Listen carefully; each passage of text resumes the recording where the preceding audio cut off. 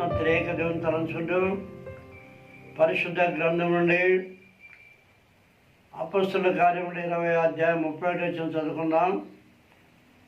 కావున నేను 3 సంవత్సరములు రాత్రింబగలు కన్నీరు విడిచుచు ప్రతి మనుషునికి మానక బుద్ధి చెబుతారని మీరు జ్ఞాపకం చేసుకుని మెలకువగుండుడి.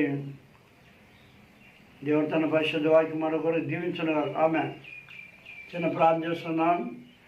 ఆశ్చర్యకర మీ దివ్య గ్రంథమందు ఆశ్చర్యమైన సంగతులు చూచినట్టు మాకొక్కరు మనం నేత్రం వెలిగించమని ప్రభు ద్వారా వేడుకొనిచున్నాం. ఆమె ప్రేమైనటువంటి వల్లరా ఈ యొక్క వాక్య భాగం మనం గమనించినప్పుడు పౌలు ఈ మాట రాస్తున్న తన సాక్ష్యం. కావున నేను 3 సంవత్సరాలు రాత్రి మగలు కన్నీరు విడిచుతూ ప్రతి మనిషిని మానక బుద్ధి చెప్పుచు అంటున్నా. రాత్రి మగలు కన్నీరు విడిచుతూ 3 సంవత్సరం ప్రార్థించా. మార్పు లేని వరకు బుద్ధి చెప్తున్నా. చూచారా, రాత్రి మగలు ఉదయం సాయంకాలం ప్రార్థన చేస్తుండేటువంటి వారు. కన్నీళ్ళ ప్రార్థన అందులో కన్నీటి ప్రార్థన ఎప్పుడు వ్యర్థం కాదు. ఏషియా కన్నీటిని ప్రార్థన చేసినప్పుడు 10 సంవత్సరాలు ఆయుష్ అతనికి అనుగ్రహించారు. చూచారా, కన్నీటి ప్రార్థన ఎప్పుడు వ్యర్థం కాదు. ఏషియా మనం చూసినట్టయితే 38వ అధ్యాయంలో రాయబడి ఏషియా గ్రంథం 38వ అధ్యాయంలో మరి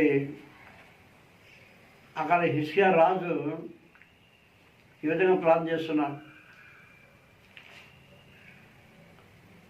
38వ అధ్యాయంలో 5వ వచనంలో దేవుడు అంటున్నా. ఎందుకంటే హిజ్కియా ప్రార్థన ఏమంటే అతను మరణకరమైన వ్యాధి వచ్చినప్పుడు కన్నీటితో ప్రార్థన చేస్తున్నారు దేవుని. చూడండి, యెషయా గ్రంథం 38వ అధ్యాయము కొన్ని వచనాలు చదువుకున్నాం.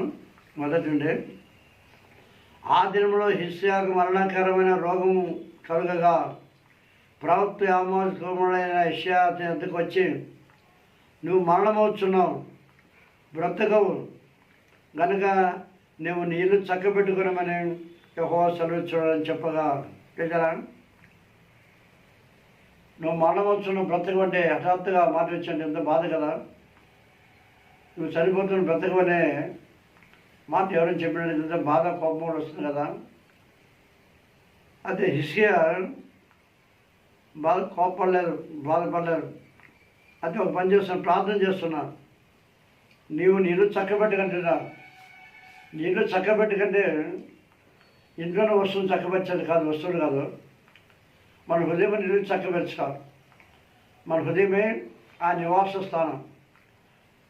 నా ఇల్లు మీరు అంటున్నారు, మనం మా ఇల్లు అని కూడా వాక్యం ఉందా? అవును. రోమియోలు రాసిన పత్రిక మీరు చూసినప్పుడు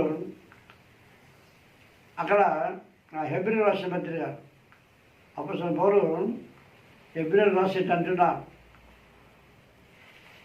ఉత్సాహమును విశ్వాసం స్థిరంగా చేపట్టగలలా మనం ఆయన ఇల్లు అంటున్నా.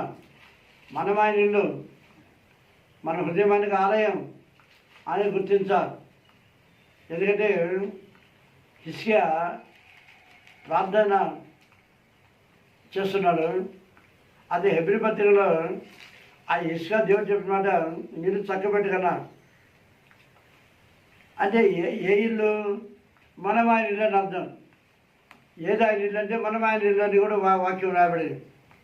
హెబ్రీ 3వ అధ్యాయము 6వ వచనం చూసినట్లయితే, అయితే క్రీస్తు కుమారుడై ఉండి ఆయన ఇంటి మీద నమ్మకం ఉన్నాడు, ధైర్యమును నిరీక్షణను ఉత్సాహమును తుదమట్టుకు స్థిరముగా చేపట్టిన ఎడల మనం ఆయన ఇల్లు. చూసారా, మనం ఆయన ఇల్లు అంటే మనం చక్కబరచుకోవాలి, మన జీవితం చక్కబరచుకోని అర్థం. నీళ్ళు చక్కబెట్టుకొని అంటున్నా హిజ్కియాతో. అప్పుడు హిజ్కియా రాజు ఏమన్నాడంటే, పెన్నాడారా ఆ మాట నువ్వు మరణం కాబోతున్నావు, నువ్వు బ్రతకవు అన్నప్పుడు హిజ్కియా వేదంతో రోదంతో కన్నీళ్ళతో ప్రార్థన చేస్తున్నా. చూసారా, తన తప్పిదాలు ఒప్పుకుంటున్నారు. అంటే యెహోవా అప్పుడు అంటున్నారు, ఇట్లా చక్కబెట్టుకుని సెలవించమని చెప్పగా 3 వచ్చింది చూడండి. యెషయా 38:3లో యెహోవా యథార్థ హృదయుడనై సత్యముతో నీ సన్నిధిని నేను ఎట్లు నడుచుకుంటున్నాను, నీ దృష్టికి అనుకూలంగా సమస్తం నేను ఎట్లు జరిగించుతున్నాను, కృపతో జ్ఞాపం చేసుకుని మరి హిజ్కియా కన్నీరు విడుచుతూ యెహోవాను ప్రార్థింపగా. కన్నీరు విడిచి దేవుడు చూచారు. యెహోవాకు యెషయా ప్రత్యక్షమై ఇలాగ సెలవిచ్చాను, నువ్వు తిరిగి హిజ్కియా దగ్గరికి పోయి అతను తిట్టాను. ఎప్పుడైతే కన్నీటితో ప్రార్థన చేశాడో, విరిగిన హృదయంతో ప్రార్థన చేశాడో, అందులో దావీదు విరిగిన మనసే నీకు ఇష్టమైన బరులు అన్నారు దావీదు. కీర్తన 50:17 విరిగిన మనసే నీకు ఇష్టమైన బరులు, నలిగిన మనసు అలక్ష్యం చేయమంటున్నా. చూచారా, ఆయనకి ఇష్టమైన బలి విరిగిన మనసే. కన్నీటి ప్రార్థన చేసి అంటున్నా అతని ఇట్లను, నీ పితరుడైన దావీదునకు దేవుడైన యెహోవా నీకు సెలవిచ్చిన ఏమనగా, నువ్వు కన్నీళ్ళు విడిచడం చూచితిని. మనం ప్రార్థన ఆలోచిస్తాం, మనం కన్నీళ్ళు చూస్తున్నాం ఆయన. అది మాత్రం అర్థం చేసుకోండి. నువ్వు కన్నీళ్ళు విడిచడం చూచితిని, నీ ప్రార్థన నేను అంగీకరించున్నాను. చూసారా, నీ ప్రార్థన నేను అంగీకరించున్నాను. ఇక 15 సంవత్సరములు ఆయుష్ నీకు ఇచ్చేదను. కదా, ఎంత గొప్ప ప్రార్థన, కన్నీటి ప్రార్థన. దేవుడు మనసును కరిగించింది. అప్పుడు చనిపోయే మనిషి ప్రార్థించగా ఇంకా 15 సంవత్సరాలు ఆయుష్ పొందారు. ఆయుష్ ఎవరు ఇవ్వలేరు, డాక్టర్లు ఇవ్వలేరు. డాక్టర్ వైద్యం చేస్తారంటే డాక్టర్, మా పేషెంట్ డాక్టర్ సహాయం చేయండి డాక్టర్ అంటే మేము చేసామండి, దేవుడే చూసుకోవాలంటారు. ఇతరా ఈ విధంగా పరమనాథ యేసుప్రభు మనం స్వస్థపరచేవారు. అందుకే నేను స్వస్థపరిచే యెహోవా నేనే అన్నా. ఎనకమ్మ కాలము అక్కడ 15:26లో మీరు చూసుకున్నట్టయితే నేను స్వస్థపరిచే యెహోవా నేనే అన్నా. ఆయన తప్ప ఎవరు లేరు స్వస్థపరిచేవారు. నేనన్నప్పుడు ఇంకెవరు లేరని అర్థం. డాక్టర్ స్వస్థ అనుకుంటామని డాక్టర్ దానం ఇచ్చాడు ఆయనే.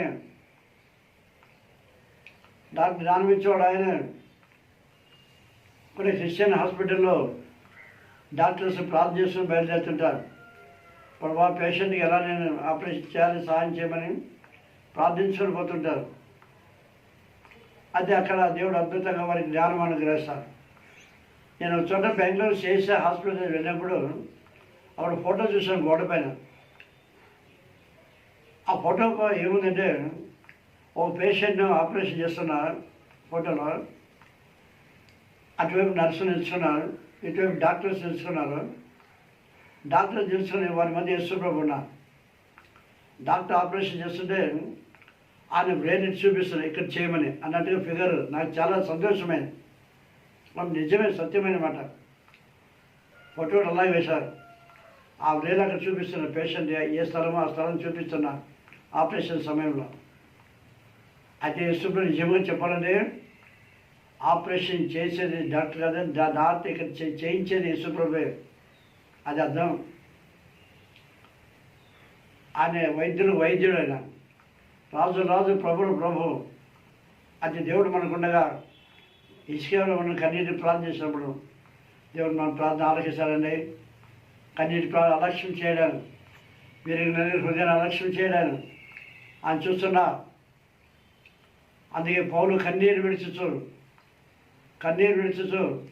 3 సంవత్సరాలు ప్రార్థన చేశారు. అందరూ మానవ బుద్ధి చెప్తున్నా, ప్రార్థిస్తున్నారు. కాబట్టి ఏషియాను వల్ల పంపించాను. నువ్వు తిరిగి ఇస్రాయేలుకు వెళ్ళి అతను తింటాను. నీ పితరుడైన దావీదునకు దేవుడైన యెహోవానికి సెలవిచ్చినమనగా, నీవు కన్నీరు విడిచుట చూచితిని, నీ ప్రార్థన నేను అంగీకరించున్నాను. ఇంకా 15 సంవత్సరాల ఆయుష్ నీకు ఇచ్చేదను. చూచారా, ఇంకా 15 సంవత్సరాలు ఆయుష్ ఇచ్చాను. కన్నీటి ప్రార్థన వ్యర్థంగా, అది మాత్రం అర్థం చేసుకోవాలి. మన కన్నీటి ప్రార్థన దేవుడు తోసివేరు. కన్నీరు రావాలంటే హృదయం పగిలిపోవాలి. విరిగినది హృదయం కన్నీరు తెప్పిస్తుంది చూచారా. అందువల్ల హిస్కియా 15 సంవత్సరాలు ఆయుష్ ఇచ్చారు. ఏ మనిషి ఇవ్వలేనటువంటి బహుమానం ఆయుష్. ఇప్పుడు సంవత్సరం బర్త్డే చేసుకుంటున్నాం. బర్త్డే చేసి కొత్త సంవత్సరం ప్రవేశించారు. దీని అర్థమేమి? ఓ సంవత్సరాన్ని ఆయనకు బహుమానం ఇచ్చాను, ఓ సంవత్సరం ఆయుష్ నీకు బహుమానం ఇచ్చా. అది అర్థం. మనుషులేమని ఇతర వస్తువులు బహుమానం ఇవ్వచ్చు, అయితే దేవుడిచ్చే బహుమానం ఆయుష్. ఆయుష్ ఎవరు ఇవ్వలేరు. అటు ప్రభుని ఎక్కువ స్థుతించాలి, మహిమపరచాలి, ఘనపరచాలి. ఈరోజు ఆరోగ్యం ఉండమంటే ఆ దేవుని కృప. ఎంతమంది కరోనాలో మరి లోకాన్ని వదిలిపెట్టి వెళ్ళిపోయారు. మనమైతే క్షేమం ఉండమంటే దేవుని స్తుతులు చెప్పాలి. ఎందుకంటే ఆయన మనకి ఆయుష్ అనుగ్రహించాడు. అందులో ప్రభుకి ఎన్ని స్తోత్రాలు. ఆ రుణాన్ని మనం తీర్చుకోలేము. ఆ రుణాన్ని తీర్చుకోలేము. ఏమి చేసి నీ రుణాన్ని తీర్చుకున్న ప్రభా అని దావీదు అంటున్నా. ఏమి ఇచ్చినా నేను స్తుతించేది అని అంటున్నా. 116 కీర్తన 12లో నువ్వు చేసే ఉపకారం నేను ఏమి నీకు చెల్లించదును అని ప్రశ్నిస్తుంటున్నా. ఏమి చెల్లించిన తక్కువే, ఏమి చెల్లించిన తక్కువే, సగం రాజ్యం ఇచ్చిన తక్కువే కనుక. అయితే రక్షణ పాత్ర చేతుకొచ్చి యెహోవా నామమును ప్రార్థించదు. రక్షణ పాత్ర చేతుకొచ్చుకొని యెహోవాని ప్రార్థించదు. అబ్బా ఎంత గొప్ప సత్యం. రక్షణ పాత్ర ఆయన చేతు పాత్ర తీసుకున్నారు. ఆయన శ్రమల పాత్ర తీసుకున్నాడు యేసు ప్రభువు. కష్టంతో ప్రభా ఈ గిన్నె నాశనం తొలగించు, మీ చిత్తమైతే తొలగించంటున్నా. నా ఇష్టం కాదు, మీ చిత్తం అంటున్నా. అది శ్రమల పాత్ర, చేతు పాత్ర.